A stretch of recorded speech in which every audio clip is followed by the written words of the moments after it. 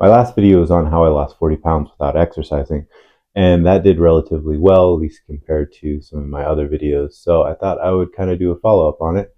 So today I'm going to be talking about how last year I lost about 20 pounds, maybe a little bit more during the holidays, which I know is a very difficult time to lose weight. And it's a time that a lot of people, including myself, have put on weight. So the 20 plus pounds that I lost last year around December, January, was basically like the beginning of my total 40-pound weight loss journey. So I started probably around sometime in December of last year. And then I lost, about 20 pounds by mid January, something like that. And then as the year went on, I kind of lost the rest. By the summer, I think I lost the rest of it. I think the biggest thing that helped me lose weight during the holidays last year was just my mindset. I think in years past or in other times where I've tried to lose weight, especially during the holidays, I just decided to put it off, or I, told myself like I'll start losing weight in January. Like I'm just going to give myself like free whatever to just eat as much as I want or whatever I want during the holidays. And then come January, those New Year's resolutions are going to kick in and I'm going to really get down to losing weight. And I think that's like a big part of our culture, at least weight loss culture, and like, how we go about losing weight. And I can totally understand why that is, because it kind of makes sense. Like you're starting a new year, it makes sense to just have goals and want to work towards them as the year goes on. But I decided to take a different approach. I realized I had been wanting to lose weight for a while, and I think I tried like losing a little bit of weight, and some of the weight came off.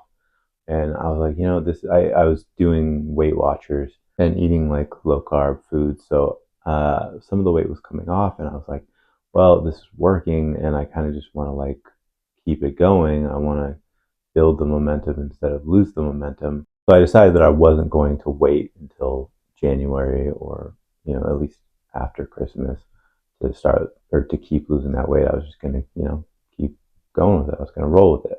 I think I figured the worst case was like, oh, it doesn't work out and maybe my weight just stays the same, or maybe I gain a little bit of weight. Basically, like I just give up on whatever that plan was. But the best case scenario was like, oh, I lose a little bit more weight, and I mean, if you can lose any amount of weight during the holidays, that's a win because I mean, you have a leg up on whatever your goals are going into the next year.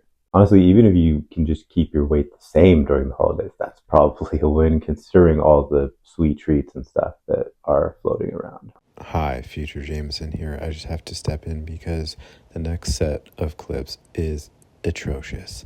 My camera work is in desperate need of improvement, and hopefully one of these days I'll be able to do video without cutting half of my face off.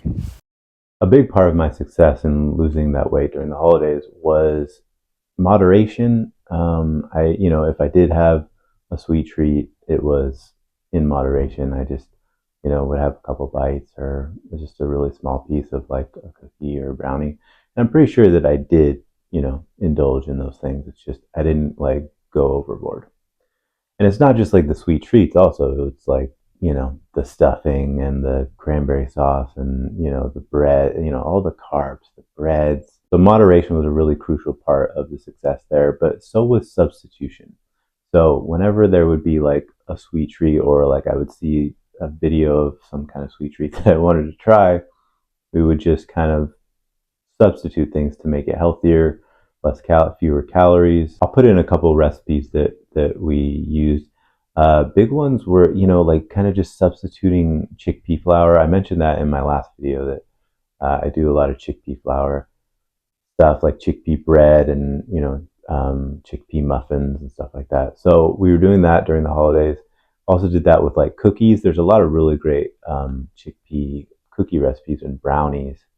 So basically what you do is, instead of flour or like regular all-purpose flour with gluten, you use chickpea flour. So it's gluten-free and it's fewer calories, less carbs.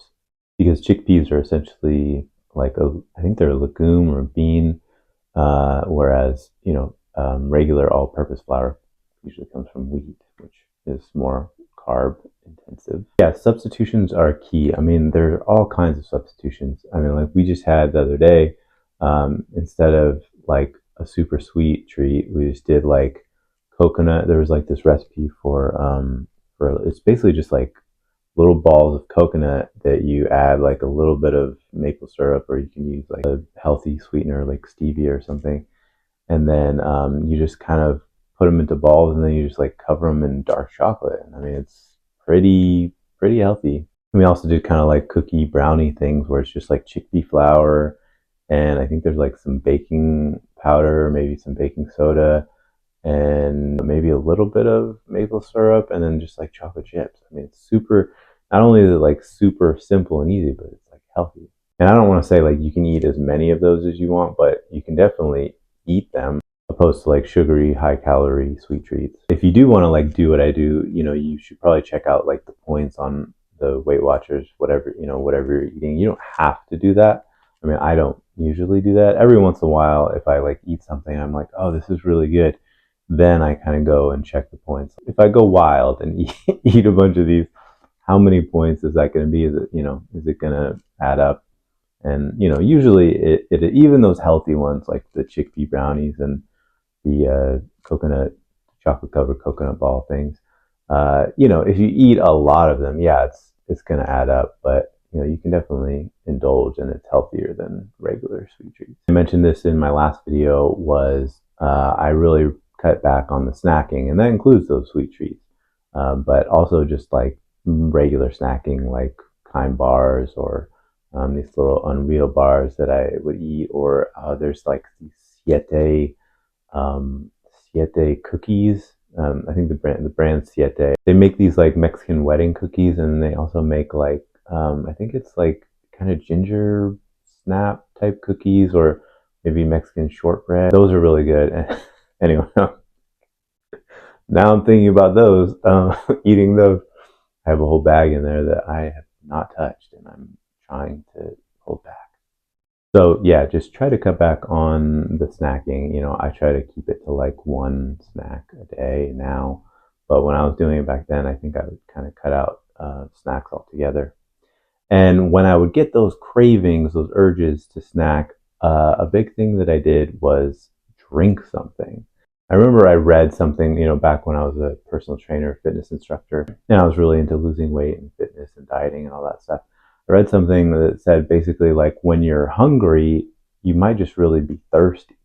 And a good way to kind of subdue those hunger pangs and that hunger that you have is to just drink something and drink a lot of water. And if you need, if you feel like your taste buds are having those cravings, and water isn't going to satisfy that because it doesn't have much flavor, you can, have some kind of like flavored water, like vitamin waters, or you can have like a low calorie drink like the Suja drinks that I drink. It's basically just like cold pressed juice. It's like cold pressed lemon juice with stevia. Some of those cold pressed juices and smoothies do have high calories, so you want to watch out for that. But if you do like the cold pressed lemon juice, which is some stevia, which honestly you could just make on your own, just squeeze some lemon juice and add some stevia and like maybe a little bit of like cayenne or whatever to give it a little kick. That's just what I personally like. Then you can drink that. But if you're looking for like to really fill yourself up with some liquid, I would do just like vitamin water or some kind of no calorie, no sugar water that also doesn't have a bunch of like artificial stuff in it, like aspartame or anything. So that's what I do. I usually have like 2 or 3 vitamin waters a day, and those kind of curb those cravings. And I have those especially at night, and it does kind of make you have to go pee more, but that's a small price to pay to lose a little bit of weight. So yeah, that is how I lost 20 pounds during the holidays last year. Basically, it comes down to moderation, substitutions, including substituting some healthy sweet treats like those chickpea brownies and those coconut balls. But also, drinking instead of eating, drinking water and, no calorie, no sugar drinks. And also mindset. Mindset's a big one. Don't wait. Do it. Just do it. If you want to lose that weight now, don't feel like don't put it off. Don't feel like you gotta wait until January. And even if you like aren't all that successful at losing weight during the holidays, just staying the same or not gaining weight is a win compared to putting on like 20 pounds and then having to lose those 20 pounds starting in January. So I hope that helped. And if you like this video, please give it a thumbs up and subscribe to my channel if you want to get more videos like this, and leave me a comment. Let me know what you think. And if you have any feedback, a lot of people left some really nice comments on my last video, and I really appreciated it. So thanks for watching, and I'll see you next time.